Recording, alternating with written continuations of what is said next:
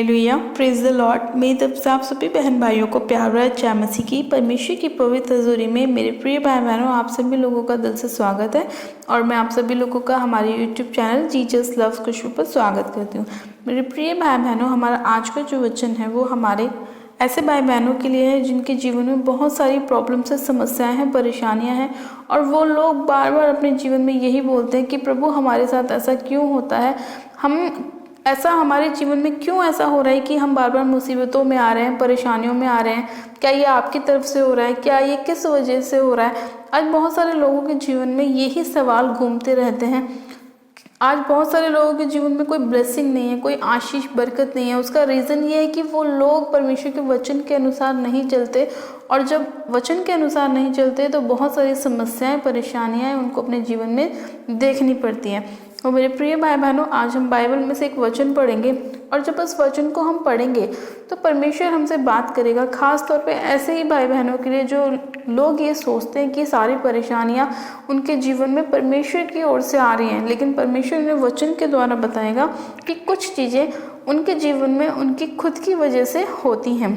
तो आज हम बाइबल में से एक वचन को पढ़ेंगे, नया नियम, उसमें से याकूब की पुस्तक को, और उसका पहला अध्याय और उसकी 12 आयत से 15 आयत तक। परमेश्वर का वचन कहता है, धन्य है वह मनुष्य जो परीक्षा में स्थिर रहता है, क्योंकि वह खरा निकलकर जीवन का वह मुकुट पाएगा जिसकी प्रतिज्ञा प्रभु ने अपने प्रेम करने वालों से की है।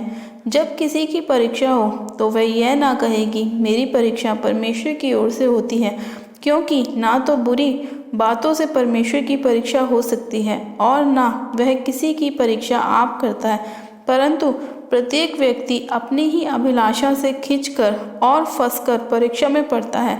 फिर अभिलाषा गर्भवती होकर पाप को जन्मती है, और पाप जब बढ़ जाता है तो मृत्यु को उत्पन्न करता है। हालेलुया। मेरे प्रिय भाई बहनों, जब इस वचन को हम 12 से लेकर 15 आयत तक पढ़ते हैं तो परमेश्वर हमसे बात कर रहा है और हमें बता रहा है।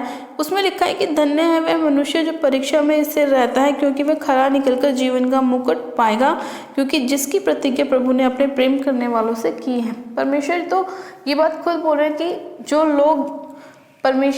लोग परीक्षा में स्थिर रहते हैं वो लोग क्या है, धन्य हैं, और उनको क्या मिलता है, जीवन का मुकुट मिलता है जो परमेश्वर ने अपने प्रेम करने वालों के लिए रखा है।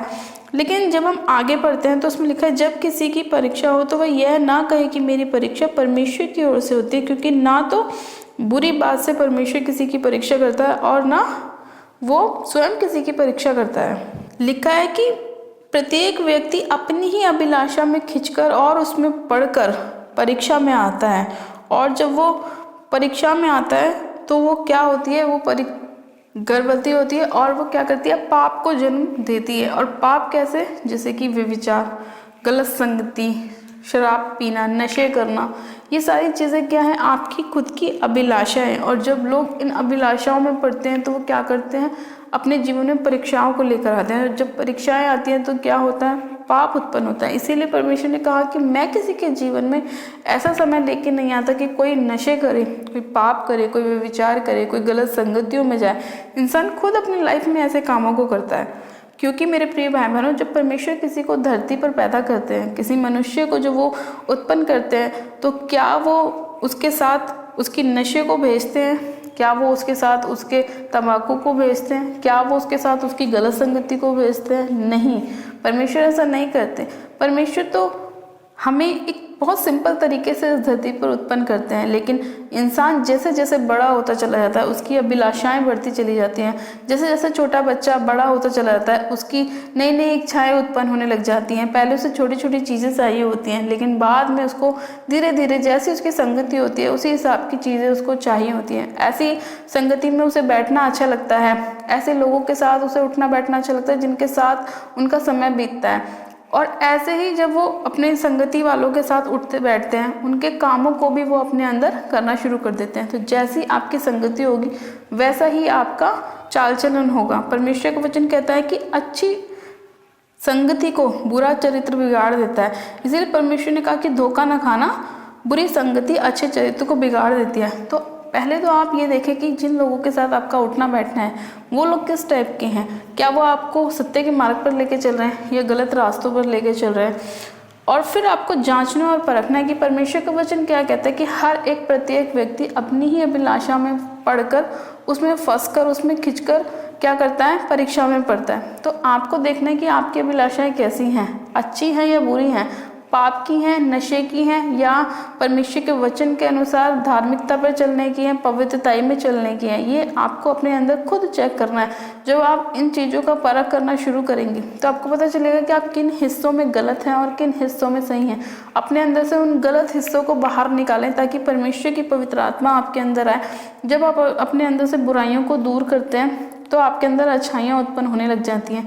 जब मेरे प्रिय भाई बहनों, आपका जो घर होता है जिसमें आप रहते हैं, यदि उसके अंदर कूड़ा कबाड़ा पड़ा हो तो क्या आप उसे रहने देते हैं? नहीं, क्योंकि वो आपको अच्छा नहीं लगता, क्योंकि वो आपके घर की शोभा को बिगाड़ता है। मान लीजिए किसी के घर में बहुत सारा कूड़ा फैला हुआ है एक जगह पर, जो उसे कई दिन तक आप नहीं उठाएंगे तो उसमें स्मेल भी आने लग जाएगी, उसमें कीड़े भी पड़ने शुरू हो जाएंगे, आपके घर से बहुत बुरी बदबू आना शुरू हो जाएगी। और लोग जब आपके घर में आएंगे तो वो आना पसंद नहीं करेंगे, क्योंकि आपके घर में स्मेल आएगी बहुत बुरी, और वो दूर से ही आपके घर को देखकर चले जाएंगे। उसी तरह से मेरे प्रिय भाई बहनों, आपका आत्मिक जीवन भी होता है कि अगर आपके अंदर गंदगी है, आपके अंदर से स्मेल आ रही है, तो लोग आपसे दूर भागेंगे, आपके कोई नज़दीक जाना नहीं पसंद करेगा।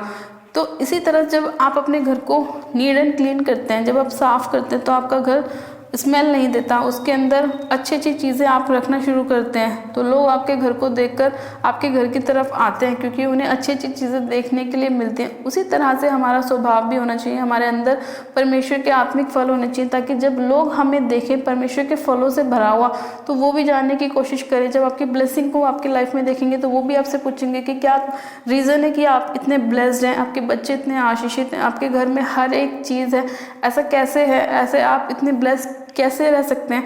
तो आप लोगों को परमेश्वर का सुसमाचार देंगे, आप बताएंगे कि प्रभु यीशु मसीह ने आपकी लाइफ में कैसे कैसे काम किए। तो आपको अपने चरित्र को क्या रखना है, उत्तम रखना है। आपके अंदर कोई भी ऐसी अभिलाषा नहीं होनी चाहिए जो पाप को उत्पन्न करती है, कोई भी ऐसे नशे नहीं होने चाहिए, कोई भी ऐसे व्यभिचार, कोई भी ऐसा पाप नहीं होना चाहिए जो आपको मृत्यु की ओर लेके जाता है, बल्कि आपके अंदर आत्मिकता के फल होने चाहिए। प्रभु यीशु मसीह के जैसा स्वभाव आपके अंदर होना चाहिए, आपका चरित्र उत्तम होना चाहिए, ताकि जब लोग देखें तो वो ये पहचाने कि हम प्रभु यीशु मसीह की संतान हैं, क्योंकि हमारे अंदर परमेश्वर के फल हैं, और उन फलों को देखकर ही लोग हमारे बारे में जानते हैं, हमारे प्रभु के बारे में जानते हैं।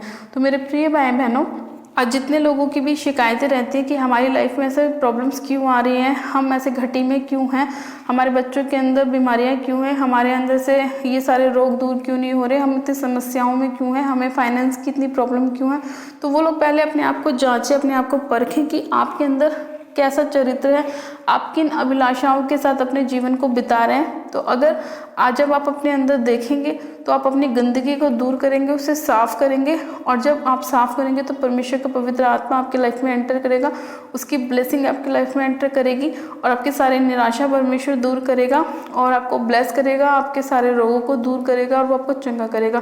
क्योंकि परमेश्वर अपने वचन में कहता है कि मैं तुम्हारा चंगा करने वाला परमेश्वर यहोवा हूँ। तो मेरे प्रिय भाई बहनों, जितने लोग चाहते हैं परमेश्वर की लाइफ में काम करें, तो अपने अंदर से हर प्रकार के पाप को दूर करें, ताकि वो मृत्यु को उत्पन्न ना करें, बल्कि अपने अंदर परमेश्वर के आत्मिक फलों को लेकर आएँ, परमेश्वर के जैसा स्वभाव अंदर अपने अंदर लेकर आएँ, ताकि परमेश्वर आपको बहुत आयत की ब्लेसिंग दे, आपके सारे रोगों को, परेशानियों को, निराशाओं को, दुखों को, कलेशों को वो दूर करे। हालेलुया। तो चलिए मेरे प्रिय भाई बहनों, हम प्रार्थना में चलते हैं कि परमेश्वर हमारी लाइफ में काम करे, हमारी प्रार्थनाओं को परमेश्वर सुने। और जितने लोग आज अपने अंदर से अपनी गंदगी को साफ कर रहे हैं, चाहे वो चुगली की हो, चाहे वो व्यभिचार की हो, चाहे नशे की हो, चाहे तम्बाकू की हो, चाहे वो किसी भी आपके हिस्से में क्यों ना हो, आप उसे जब अपने शरीर में से बाहर निकालेंगे हर प्रकार की बुराइयों को, तो परमेश्वर आपके लाइफ में काम करेगा और आपको बहुत की ब्लेसिंग को देगा। आप सब जन अपनी आंखों को बंद कीजिए, मैं प्रार्थना करती हूँ। Hallelujah, hallelujah, hallelujah. मेरे सर्वशक्तिमान पिता परमेश्वर प्रभु यीशु मसीह में आपका धन्यवाद करती हूँ। जीवित अनुग्रह कार्य पिता परमेश्वर मैं आपका धन्यवाद करती हूँ। सामर्थ्य पिता परमेश्वर में एक एक जन को आपके पाक पवित्र लहू में कवर करती हूँ। पिता परमेश्वर आपके लहू में शिफा है, आपके लहू में छुटकारा है, आपके लहू में चंगाई है। मेरे खुदावन मैं आपका धन्यवाद करती हूँ कि आप इतने महान परमेश्वर हैं मेरे पिता। इसी घड़ी मेरे खुदावन जितने लोग मेरे प्रभु अपने अंदर से अपनी सारी गंदगी को बाहर निकाल रहे हैं, अपनी सारी अभिलाषाओं को अपने लाइफ से दूर कर रहे हैं मेरे प्रभु परमेश्वर, आप उन सभी लोगों को 100 गुना आशीषित कीजिए मेरे पिता। उनके जीवन में अद्भुत रीति से कार्य कीजिए पवित्र आत्मा जी। उनकी सारी बुराइयों को आप उनके लाइफ से दूर कीजिए मेरे खुदावन, और अपना पवित्र आत्मा उनके जीवन में भेजे मेरे प्रभु, ताकि वो लोग अपनी लाइफ में ब्लेस हो, आशीषित हो मेरे खुदावन।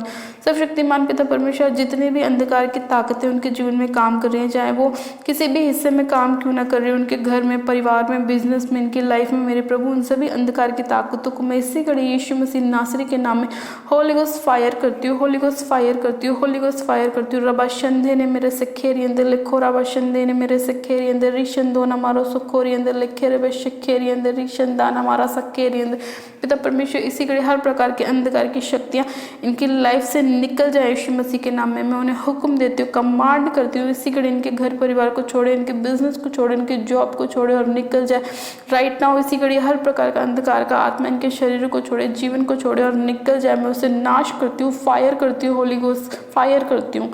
सर्वशक्तिमान पिता परमेश्वर इसी घड़ी आपका पवित्र आत्मा एक एक जन को टच करे मेरे पिता परमेश्वर, उनके जीवन से हर प्रकार की बुराइयों को दूर करे, हर प्रकार की गंदगी को दूर करे मेरे प्रभु, हर प्रकार के नशे को दूर करे, हर प्रकार के बंधन को तोड़े, हर प्रकार के मेरे खुदावन परेशानियों को उनके जीवन से नाश करे मेरे खुदावन पिता परमेश्वर। आपका पाक पवित्र लहू इनके जीवन में काम करे मेरे प्रभु, क्योंकि आपका लहू छुटकारा देता है, आपका लहू शिफा देता है, आपका लहू हर बंधन को तोड़ता है मेरे पिता परमेश्वर। मैं आपका धन्यवाद करती हूँ। आपका अभिषेक एक एक जन के ऊपर उतरा है, क्योंकि आपका वचन कहता है अभिषेक के कारण तेरा सारा जुआ नाश कर दिया जाएगा। हाँ मेरे प्रभु परमेश्वर आपकी सामर्थ्य के जन को छुए मेरे पिता, और ये आपकी पवित्र आत्मा से भर जाए।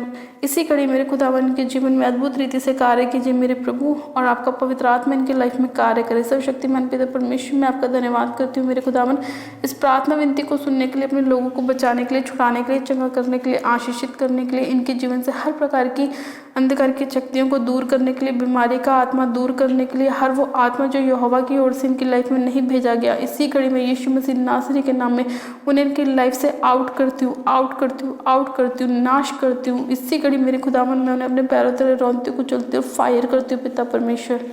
सर्वशक्तिमान पिता परमेश्वर आपका पवित्र आत्मा एक एक जन को राइट नाउ सिर से लेकर पैर के नाखूनों तक टच करे प्रभु, और मेरे खुदावन चंगाई की घोषणा करती हूँ कि आपके कोड़े खाने से ये लोग चंगे हो चुके हैं, आशीषित हो चुके हैं, ब्लेस हो चुके हैं। मेरे खुदावन पिता परमेश्वर मैं आपका धन्यवाद करती हूँ, अपने लोगों को बचाने के लिए, छुड़ाने के लिए, चंगा करने के लिए मैं आपका धन्यवाद करती हूँ। इनके सभी कामों पर इन्हें आशीष देने के लिए मैं आपका धन्यवाद करती हूँ। हर एक हिस्से में ब्लेस करने के लिए मैं आपका धन्यवाद करती हूँ, धन्यवाद करती हूँ पिता परमेश्वर। आज के वचन के लिए, सुंदर समय के लिए आपका धन्यवाद करती हूँ। सारी महिमा आदर आपको देती हूँ और प्रार्थना विनती बड़े विश्वास के साथ हमारे उद्धारकर्ता प्रभु यीशु मसीह के सामर्थ्य जलाली नाम में मांगती हूँ, आमीन आमीन। आप सब जन कहें आमीन। गॉड ब्लेस यू मेरे प्रिय भाई बहनों, आप सब जन आशीषित है पिता परमेश्वर प्रभु यीशु मसीह के सामर्थ्य जलाली नाम में।